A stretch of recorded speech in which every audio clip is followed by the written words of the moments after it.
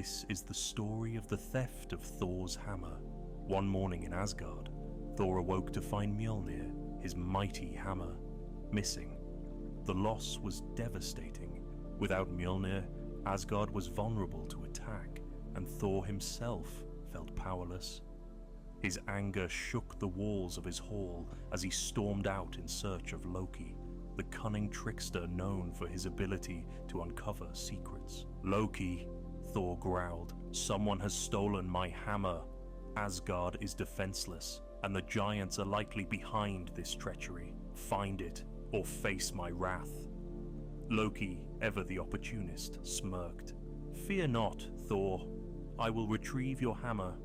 But for such a task, I will need Freya's feathered cloak." The two gods went to Freya, the goddess of beauty and fertility. "Freya," Loki said, "we need your feathered cloak to search for Thor's hammer." Freya, seeing the urgency, handed him the cloak without hesitation. "Use it wisely," she warned, "and return it promptly." Loki donned the cloak and transformed into a falcon soaring across the 9 realms. His search led him to Jotunheim, the land of the giants, where he spotted Thrym, the king of the frost giants, sitting proudly on a throne of stone. Loki landed nearby, folding his wings and approaching cautiously.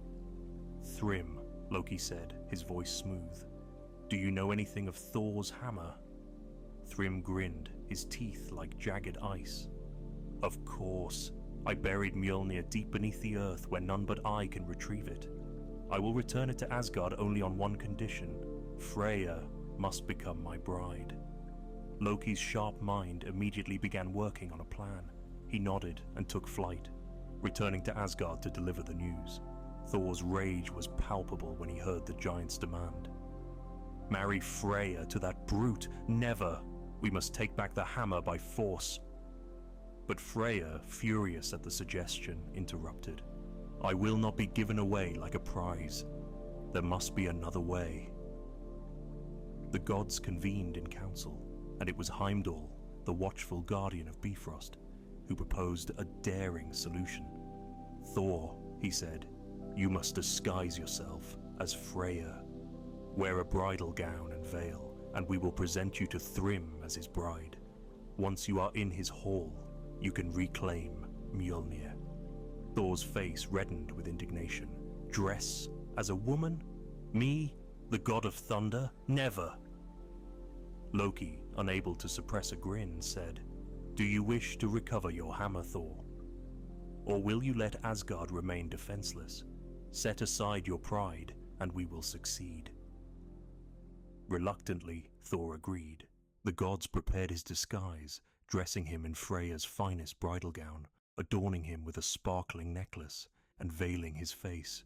To complete the ruse, Loki disguised himself as Thor's handmaiden, and together they set off for Jotunheim in Thor's chariot, pulled by his 2 goats. When they arrived at Thrym's hall, the giant greeted them with excitement. "Welcome, Freya, my beautiful bride. Come, let us feast in celebration." Thor, grumbling under his veil, took a seat at the banquet. Despite his discomfort, his appetite betrayed him. He devoured entire oxen, ate mountains of fish, and drained barrels of mead. Thrym, astonished by the display, turned to Loki. "Never have I seen a woman eat and drink so much." Loki, quick as ever, replied, "Ah, my lord, Freya has not eaten for days, so eager was she to meet you."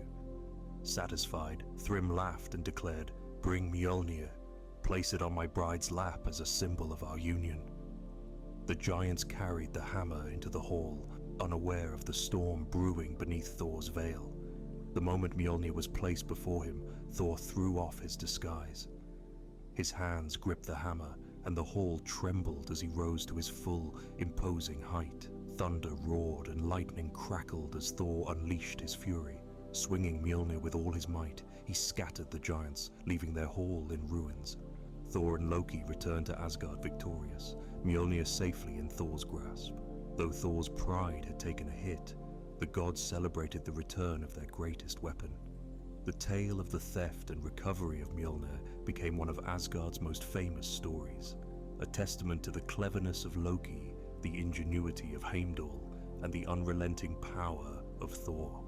This is the story of the theft of Thor's hammer, a tale of deception, pride, and the lengths even the mightiest must go to in order to protect their home.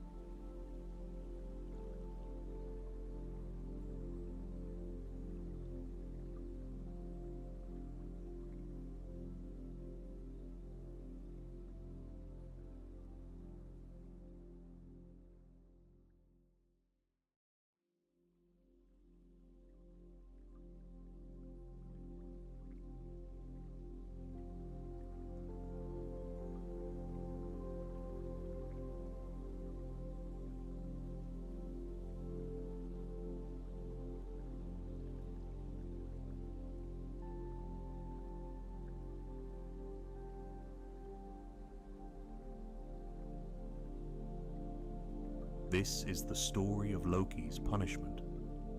Loki, the trickster of Asgard, was known for his sharp wit and even sharper tongue. His cleverness often aided the gods, but his schemes also caused chaos. Of all his deeds, none was as dark or as damning as his role in the death of Balder, the god of light. It was this act that set the stage for his eternal punishment, one as severe as his betrayal. Balder, beloved by all, began to dream of his own death. His mother, Frigg, desperate to protect him, sought oaths from all things in creation not to harm her son. Stones, weapons, plants, and animals all swore to do no harm, and the gods believed Balder safe.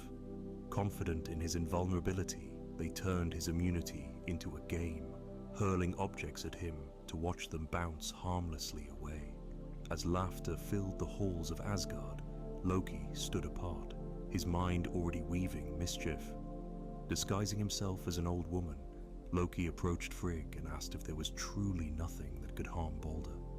Frigg, unsuspecting, confessed that she had overlooked one thing: a sprig of mistletoe.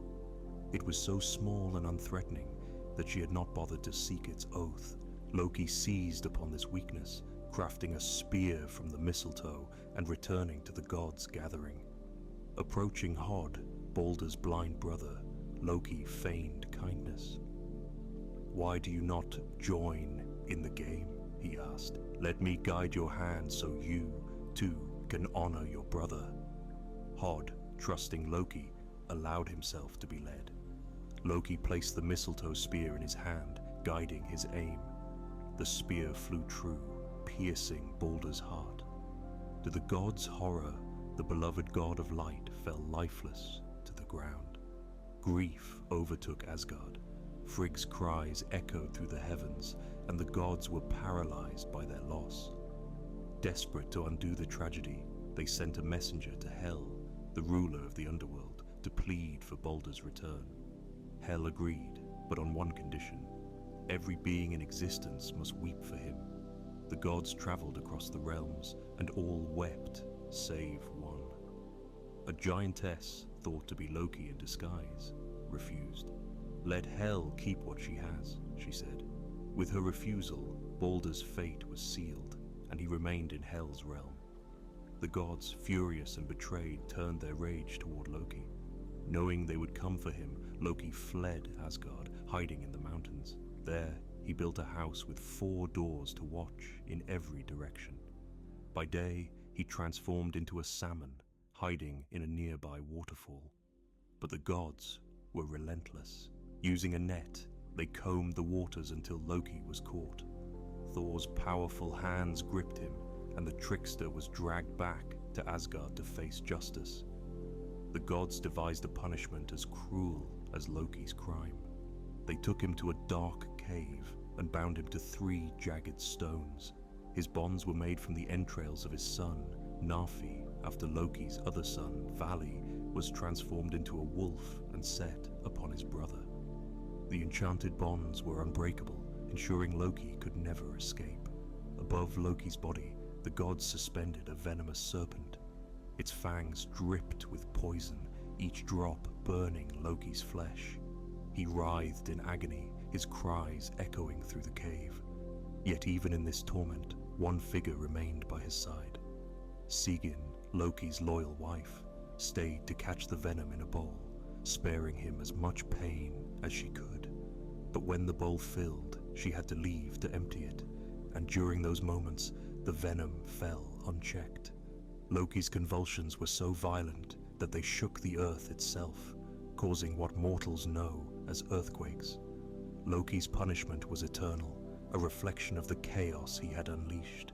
Yet this was not the end of his story. It was foretold that at Ragnarok, the end of all things, Loki would break free from his bonds. He would lead the giants and the forces of chaos into battle against the gods, bringing destruction to Asgard and the death of the gods themselves. This is the story of Loki's punishment, a tale of betrayal, vengeance, and the unrelenting consequences of one's actions. It serves as a reminder that even the cleverest among us cannot escape justice, and that the balance of the cosmos must be upheld, no matter the cost.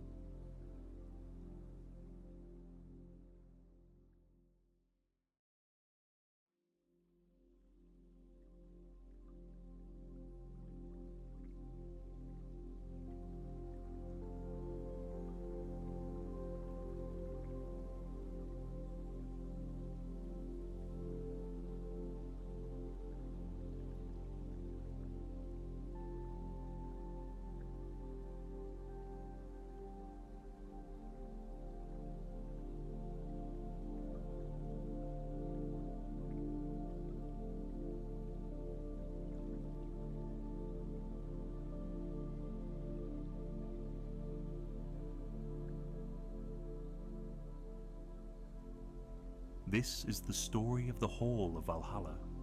High above the mortal realm of Midgard, in the shining land of Asgard, there stands a grand hall unlike any other in the 9 realms. This hall is Valhalla, the Hall of the Slain, where Odin, the All-Father, welcomes the bravest warriors who fall in battle. Its golden doors are a beacon to those who die with courage and honor, promising them a place of eternal glory. This is the story of Valhalla, a place of legend, heroism, and preparation for the final battle of Ragnarok. Valhalla is an immense structure, larger than any hall built by mortal hands. Its roof is thatched with golden shields, and its walls are lined with spears. Light reflects off the countless shields, casting a warm glow across the hall. The great doors of Valhalla are so wide that hundreds of warriors can pass through at once. And within the hall stands an unending feast, a reward for those chosen by the gods. Only the bravest warriors, those who fall in battle with valor in their hearts and weapons in their hands, may enter Valhalla. When a warrior dies, Odin's maidens, the Valkyries, descend to the battlefield. These fierce and beautiful shield maidens, clad in armor that shines like the sun, ride swift horses through the skies. They survey the chaos of battle, choosing the worthiest of the slain. With a touch, they guide the warrior's soul from the mortal realm to the gates of Valhalla. As the warriors, known as the Einherjar, enter the hall, they are greeted by the splendor of Odin's domain. Great tables stretch endlessly through the hall, laden with food and drink. There, the Einherjar feast upon the meat of Sarimnir, a boar that is cooked each day and reborn each night, providing an unending supply of sustenance.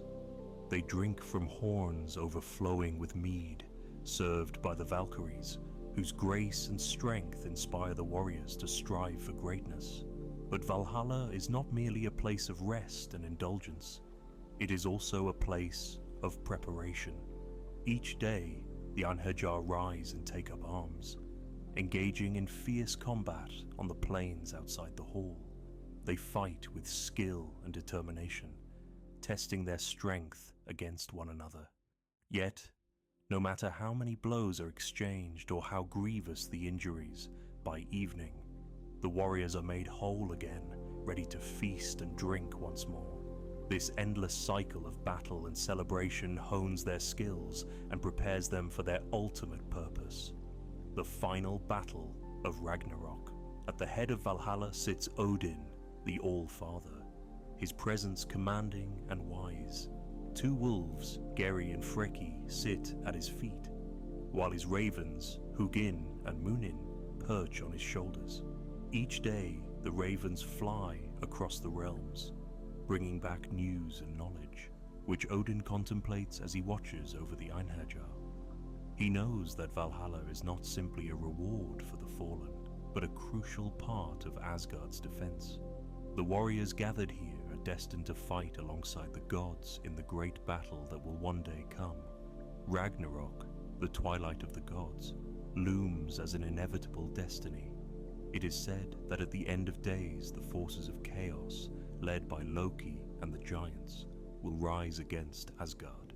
The Einherjar, armed with the finest weapons and forged by centuries of training, will march alongside Odin and the other gods to meet their fate. Though the prophecy foretells the destruction of Valhalla and the death of the gods, the courage and strength of the Einherjar will ensure that their legacy endures. Beyond the plains of Valhalla lies the field of Folkvanger, another realm of honor for the slain. Here, Freya, the goddess of love and battle, gathers half of those who die with valor. Freya's warriors and the Einherjar are united in their dedication to protecting the realms, each playing a role in the cosmic balance. This is the story of the Hall of Valhalla, a place of glory and preparation, where the bravest warriors are honored and readied for the ultimate confrontation between order and chaos. It is a tale of valor, sacrifice, and the eternal fight for balance in the cosmos.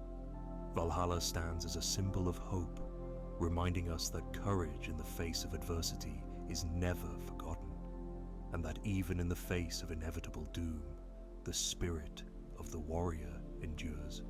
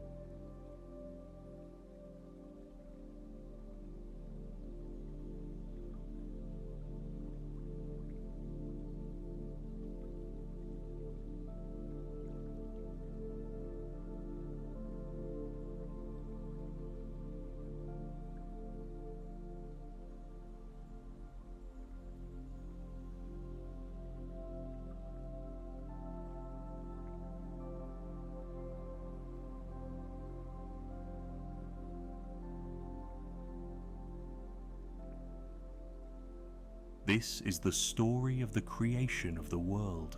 In the beginning, before the gods, before the earth, before even time itself, there was only a vast, empty void known as Ginnungagap. It stretched endlessly, silent and still, a formless chasm lying between two primal realms. To the north was Niflheim, a realm of ice and shadow, where frost and cold reigned supreme.